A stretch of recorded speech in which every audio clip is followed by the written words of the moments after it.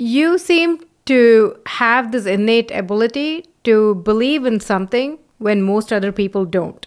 How do you build that skill set? If you grew up the way that I grew up, you would just believe, you just be that way. Like, I grew up not going to school. I grew up with no real teachers, past a certain point for this certain subjects. And I grew up going to a lab early. I grew up like going to college at an age when you weren't really supposed to. And like At any given point during any of these, where you're like, that's odd. Why am I doing that and not these other kids? yeah, well, I mean, I think I grew up with the belief that I could. So that was the important thing. Is I grew up and my dad just really instilled in me this belief that I could do anything. And that's a pretty helpful belief. But I think that it sort of just made me really wary, I think, of like conventional narratives, because all my friends who are extraordinarily intelligent, most of them just like default are like, well, I couldn't have not gone to high school. Like it's really hard to imagine for them like at all what that would have been like.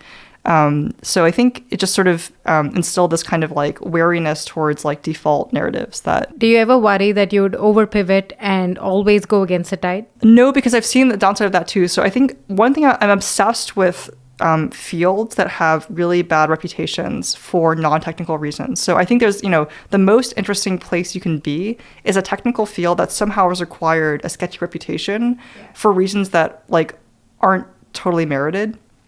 And I think a lot of times when that happens, that field becomes like really full of people who can't see past their own viewpoint and they can't really connect to the mainstream. And so it gets farther and farther apart. And they're like, you guys, you don't see, it's so important. And then the mainstream is like, okay, you're just too excited about this. What's an example of that? I mean, longevity. Like that's why I'm obsessed with longevity, because I think it's this field that, a lot of people feel religiously about. They're like, this field is going to save everyone. And we need the people to understand. And I think, part of that comes from a good place. Like you're talking about life-saving medical technologies or kind of, things that will at least improve human health. And why is there not more work and attention and focus? But, the flip side of that is if you're just a person in the world and you get like a random person coming up to you and like grabbing you by the lapels and being like, pay attention, I'm telling you something really important, right? Like the average reaction is not, I should pay attention. It's like, this person's crazy. And so I think I'm really obsessed with like how to find the important socially acceptable parts of fields that like may have something to offer, and how like that ends up, how a field can transition from like the kind of crazy state to the state where it's at least allowed to, technically compete on its own merit. Like, maybe longevity doesn't work.